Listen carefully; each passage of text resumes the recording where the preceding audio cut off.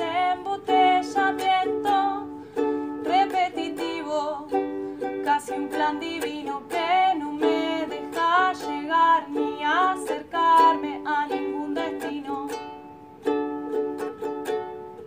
¿Qué miras?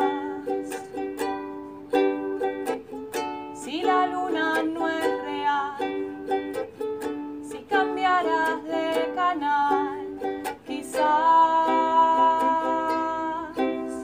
andas a ver.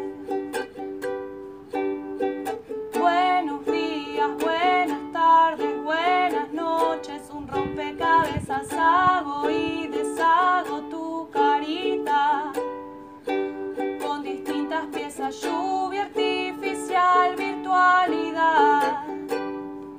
El perro del vecino saluda.